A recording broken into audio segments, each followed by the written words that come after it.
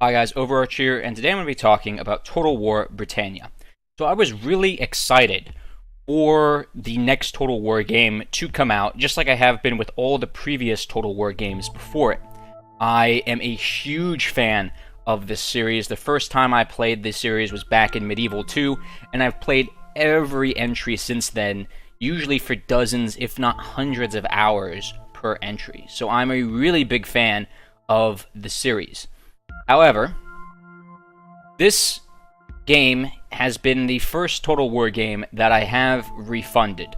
So I have just shy of 2 hours in the game, and at that point I decided that it just wasn't clicking for me, and I decided to refund it.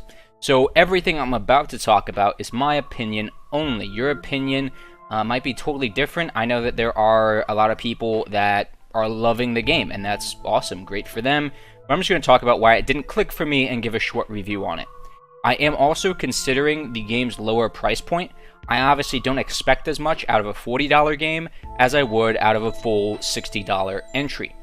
So first, let's talk about some of the positive things. For starters, this is the best looking Total War game to date. It has absolutely amazing visuals. They really outdid themselves graphically with this entry in the series. I would love to see previous entries brought up to this graphical standard. It looks gorgeous. Cavalry charges look amazing. You now have more ragged charges and ragged unit movement. All the units are extremely detailed.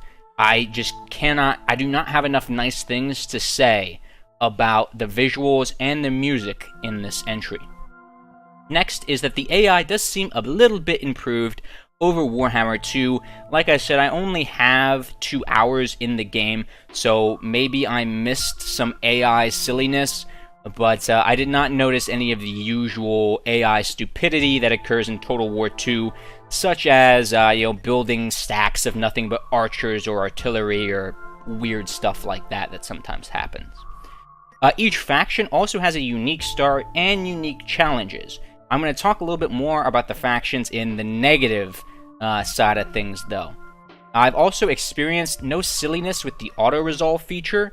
Like I said, maybe I just haven't experienced it yet, but the auto-resolve, specifically the option of choosing between aggressive, defensive, or balanced tactics, seems to be working out pretty well. Now, let's talk about some of the negative stuff. Mainly the factions for me. The factions are one of the things that's most off-putting about the game right now. The factions just seem, well, bland. And I know that makes sense since the game occurs in a much smaller region. It's not like Rome 2, where you had, Egyptian units and barbarian units and your more Hellenic, Roman units or Greek units. It just feels all very bland. Pretty much everyone is going to have access to very similar units, and the units are roughly armed the same. Sure, there's some differences. For example, some of the Vikings get access to things like berserkers, or some of the more Anglo factions get access to very powerful cavalry. But for the most part, still, it just kind of feels the same. Each faction feels relatively similar, and maybe I've been spoiled a little bit coming from Warhammer 2, where every unit and every faction is different. But even then, I still feel like games like Rome 2 or Attila had way more unit variety, and to me that just leads to a more interesting game. Next is the setting.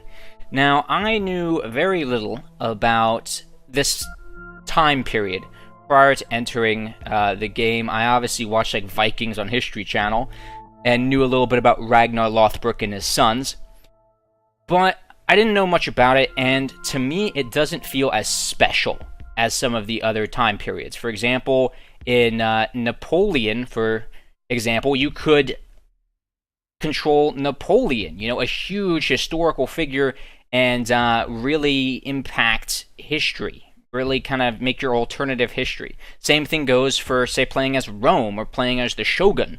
They are big set focal points in history where you have major characters that you recognize. And this just doesn't have that same appeal to me. So I did not find the